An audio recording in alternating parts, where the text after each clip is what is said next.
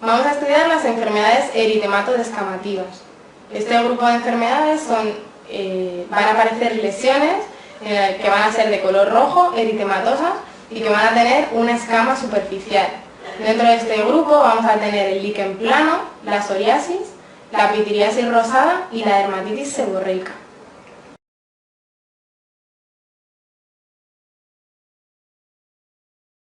El líquen plano es una patología que cae bastante en el MIR, es la patología que se conoce como de las 4 P's. Entonces van a ser una P's pápulas, que van a ser planas, de una morfología especial que es poligonal y van a ser muy pruriginosas. Se localizan característicamente en zonas de flexión de extremidades. Es muy típica que aparezcan en las caras flexoras de las muñecas. En el interior de las pápulas hay unas estrías específicas de esta patología que son las estrías de Wickham. Además, esta patología afecta a mucosas. En las mucosas va a dar lugar a un reticulado blanquecino. Un reticulado blanquecino que es importante diagnosticar porque es una patología premaligna. Puede degenerar en un carcinoma epidermoide en estas zonas. Es importante que recordéis que aunque la etiología sea desconocida, se ha visto asociación con el virus de la hepatitis C. Esta asociación últimamente está más en discusión, pero todavía se mantiene. Y el tratamiento van a ser los corticoides y en casos severos van a ser los retinoides.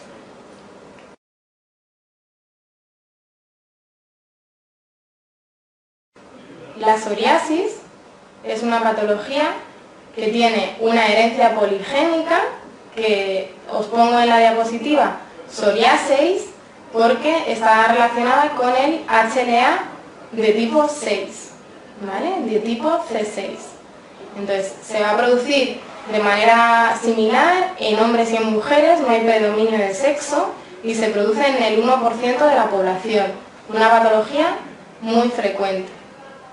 Recordar que a diferencia del líquen plano, la psoriasis se va a localizar predominantemente en regiones extensoras.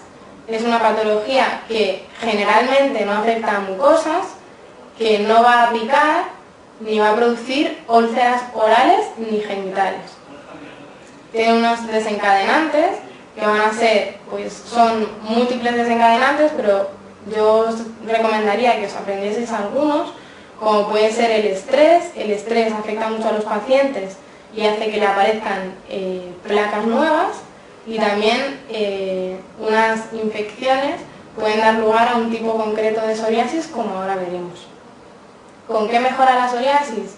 Pues tanto con la exposición solar, como con el calor, como con la humedad. Es decir, pues sol y playa le va a venir muy bien a estos pacientes.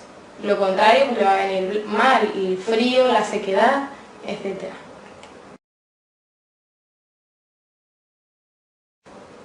Tenemos varios tipos clínicos de psoriasis. El primer tipo es la psoriasis vulgar o psoriasis en placas, que es la que todos conocemos, esa aparición de placas eritematosas descamativas en las superficies de extensión de extremidades. Es la forma más frecuente, también afecta al cuero cabelludo. Hay una forma que se utilizaba antes para diagnosticarla, un signo de la exploración, que es el raspado metódico de Brock. El raspado metódico de Brock consistía en raspar la lesión, la placa, hasta que saliese un punteado hemorrágico. Al principio, en la primera fase, aparecían escamas, posteriormente membrana y posteriormente un punteado hemorrágico. Esta técnica de la exploración ya prácticamente no se usa. Por otra parte, tenemos la psoriasis gutata. En este tipo de psoriasis es la que os comentaba, que se relaciona con una infección. Tras una infección por estreptococo, generalmente una faringoamigdalitis, pues al cabo de un tiempo aparecen unas lesiones que en este caso no van a ser placas, sino van a ser unas pápulas o lesiones más pequeñas, eritematoso-descamativas, distribuidas por el tronco y por la raíz de miembros. Entonces, esta psoriasis va a responder mejor a los tratamientos que otros tipos de psoriasis, tienen mejor pronóstico. La psoriasis invertida se localiza en pliegues, va a dar lugar a unas placas eritematosas muy bien definidas y tienen una peculiaridad.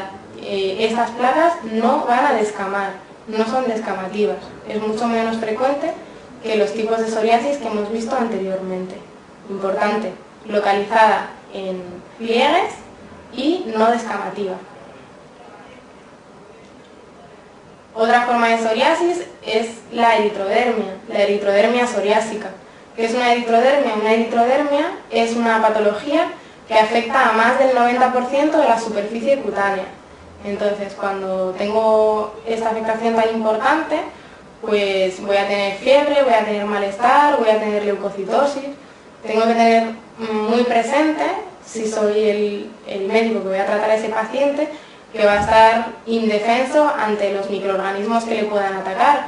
Entonces tengo que tener en cuenta que va a tener mayor susceptibilidad a infecciones y también una alteración hidroelectrolítica por esa alteración de la barrera cutánea. Otra forma de psoriasis es la psoriasis ungueal. La psoriasis es muy típico que afecte a las uñas. Entonces vamos a tener diferentes formas de afectación. La más frecuente va a ser el piqueteado ungueal. ¿En qué consiste el piqueteado ungueal? Pues vamos a ver puntos en las uñas de los pacientes como si se hubieran pinchado con un compás o con un punzón. Esa sería la forma más frecuente de psoriasis ungueal, pero este piqueteado ungueal lo podemos ver en más patologías. Hay otras cosas de las uñas que son más características, como pueden ser la hiperkeratosis y la onicolisis, es decir, la ruptura de las uñas, que tengan unas uñas más gruesas. Y lo que es muy típico de la psoriasis es la mancha en aceite. Me va a aparecer una mancha de color amarillento marrón en la uña que se llama mancha de aceite, que cuando la veo sí que tengo que pensar intensamente en que ese paciente va a tener una psoriasis.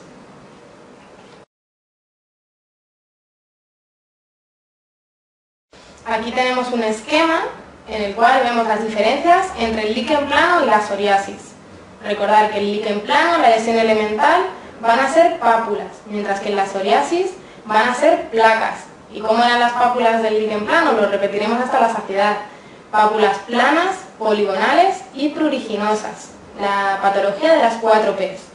Otra diferencia importante es que el líquen plano afecta a áreas flexoras y la psoriasis afecta a áreas extensoras. Otra diferencia que vemos en la tabla es que el líquen plano es muy pruriginoso, mientras que la psoriasis para el MIR no es pruriginosa. Es verdad que los pacientes muchas veces se van a quejar de prurito, pero para el MIR recordar que la psoriasis no pica. El líquen plano va a afectar a mucosas, recordar ese reticulado blanquecino en las mucosas, es típico que aparezca en la mucosa yugal. Pues esta lesión, recordar que la tenemos que seguir porque es premaligna. En cambio la psoriasis, como vemos en la tabla, no va a afectar a mucosas. Por último, el tratamiento del líquen plano van a ser los corticoides vía oral. Pero en la psoriasis, esto es muy importante, nunca vamos a utilizar corticoides sistémicos. Esto es importantísimo. ¿Por qué? Porque un paciente, si lo trato con corticoides sistémicos y tiene psoriasis, van a mejorar mucho las lesiones, pero posteriormente, cuando suspendo el tratamiento, que en algún momento tengo que dejarle de dar corticoides, me va a rebrotar y me puede hacer un rebrote muchísimo peor. Entonces, corticoides jamás vía sistémica en la psoriasis.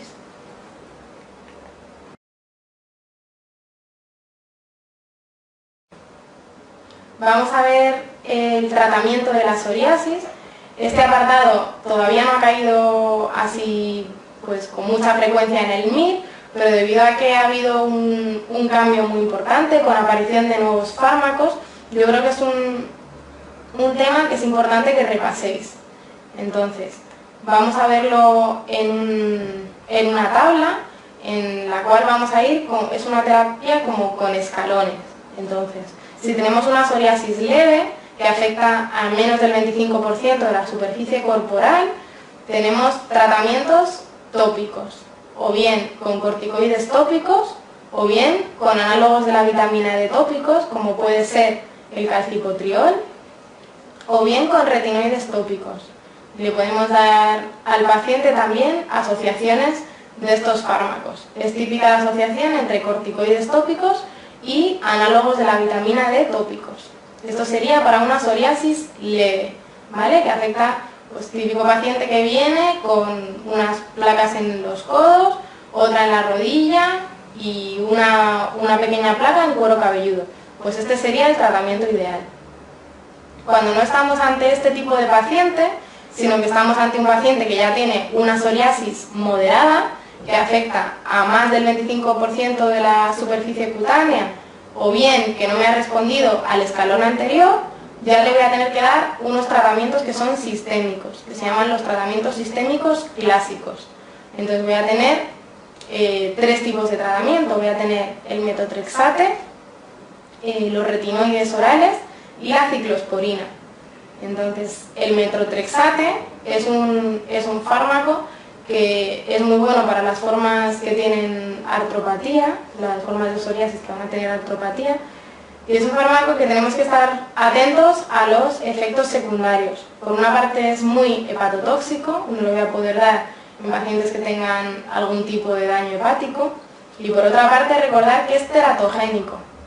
Esta teratogenia va a obligar a las pacientes que tomen este tratamiento a mantener una anticoncepción al menos 12 semanas después de finalizar el tratamiento. Por otra parte tenemos los retinoides orales, como es el más utilizado para la psoriasis, son los retinoides de alta potencia, como el acitretino o etetrinato. Entonces estos tratamientos, el efecto secundario más importante van a ser la teratogenicidad. Entonces en las pacientes en edad fértil que le demos este tratamiento, pues van a tener que estar con anticonceptivos orales. Incluso tras finalizar el tratamiento van a tener que estar al menos 2 años de anticoncepción tras haberlo finalizado. Esto es un efecto adverso bastante limitante para las pacientes en esta franja de edad. La ciclosporina es un tratamiento que es el que más rápido me va a quitar las lesiones del paciente, pero tiene el problema de que es muy nefrotóxico. En pacientes nefrópatas no voy a poder dar este tratamiento. Y por otra parte, me va a elevar las cifras de tensión arterial. Le tengo que decir al paciente que tenga, pues, 2-3 veces a la semana que se controle estas cifras. Muy bien. Un poquito entre los tratamientos tópicos y los tratamientos sistémicos, ahí entre medias tenemos la fototerapia. La fototerapia es un tratamiento que consiste en dar al paciente radiación ultravioleta tipo A o radiación ultravioleta tipo B, y muchas veces le damos, antes del tratamiento, le damos unas sustancias fotosensibilizantes que se llaman solarenos, y además podemos hacer combinaciones de tratamientos, como puede ser el Repuba, que es una combinación de retinoides y tratamiento con rayos ultravioletas de tipo A. Entonces la fototerapia se suele utilizar para formas de psoriasis que sean con placas no muy infiltradas, es decir, con placas no muy gruesas. Muy bien.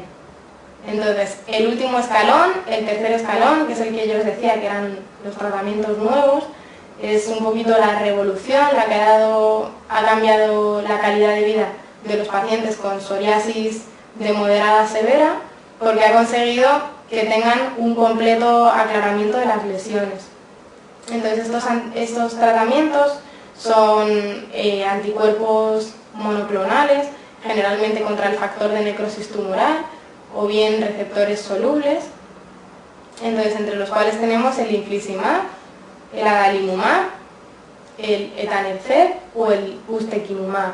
No es importante que os aprendáis los nombres, pero sí un poquito el mecanismo de acción. Recordar que los que acaban en AB significa antibody, anticuerpos, ¿vale? Entonces, al darle a un paciente, ¿cuándo le podemos dar a los pacientes este tratamiento? Pues como está en el tercer escalón, solamente lo vamos a poder dar en los pacientes que tengan una psoriasis moderada severa, que no haya respondido a los tratamientos del escalón anterior. Por lo menos ha tenido que probar uno de los tratamientos anteriores. Muy bien. Antes de poderle dar estos tratamientos, le voy a tener que hacer un estudio generalizado, como es pues, una analítica sanguínea completa, con serologías, con un mantús y con una radiografía de tórax. Estos tratamientos no son inocuos, son inmunosupresores. Y ha habido uno, en concreto el ifalizumab, que hubo que retirar por efectos secundarios graves.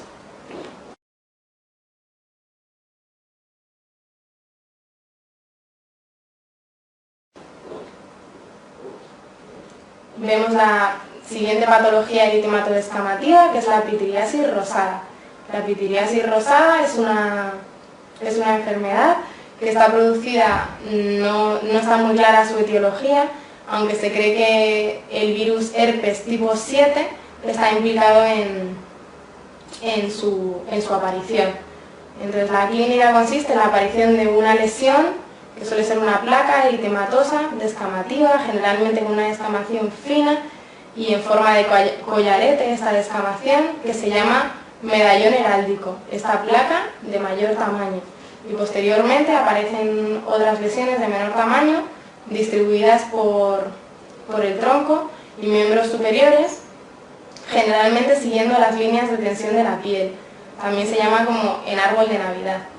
¿Cuál es el tratamiento de esta patología? Pues es una patología benigna que se va a resolver en 4 o 8 semanas y que no va a dejar ningún tipo de cicatriz, ni alteración de la pigmentación, ni nada. Es una patología completamente benigna, que no va a requerir tratamiento etiológico, simplemente le vamos a dar al paciente un tratamiento sintomático con antihistamínicos o algún corticoide tópico, pero no va a requerir tratamiento etiológico.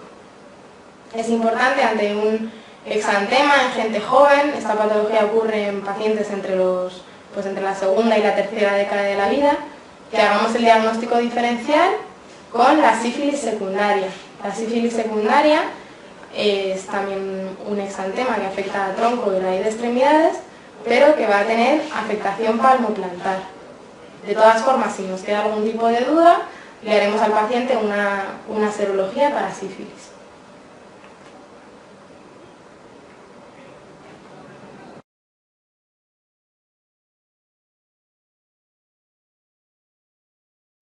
Vamos a ver un poquito el tema de las alopecias. Las alopecias para el MIR son muy rentables, dado que siempre me preguntan lo mismo. Lo que me van a preguntar va a ser si la alopecia es cicatricial o no cicatricial. Las alopecias cicatriciales no va a volver a salir pelo sobre esa zona y además me van a dejar alteración o me van a dar una alteración del cuero cabelludo. Mientras que en las no cicatriciales no va a haber esa alteración, son completamente asintomáticas y pueden volver a salir cabellos en esa zona. Las alopecias cicatriciales tenéis una lista amplia, pero tenéis que recordar más o menos casi todas, que son las que produce el líquen planopilaris, el lupus eritematoso, la esclerodermia, la dermatomiositis, todas las tiñas inflamatorias, la pseudopelada de Brock y las radiodermitis. Todas estas patologías me van a dejar una alteración en el cuero cabelludo sobre la cual no va a poder salir más el pelo.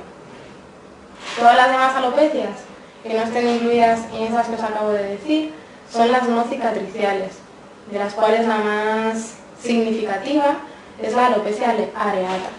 La alopecia areata es un tipo de alopecia que es completamente asintomática, que tiene una etiología autoinmune, muchas veces se asocia con otras patologías autoinmunes, y que va a tener en el borde de la placa alopécica, que se puede situar o bien pues placas pequeñas o incluso llegar a una alopecia universal en la que no voy a tener ningún cabello, ni siquiera cejas ni pestañas. Pues en los bordes de la placa de alopecia me van a aparecer unos pelos especiales que son los pelos peládicos. Estos pelos peládicos se llaman también en signo de admiración, porque tienen un extremo más fino y el otro extremo mucho más grueso. El tratamiento de la alopecia areata va a ser o bien los corticoides tópicos o bien los podemos infiltrar de manera subcutánea sobre la placa y responden bastante bien, aunque también es una patología que depende un poquito del estado del paciente.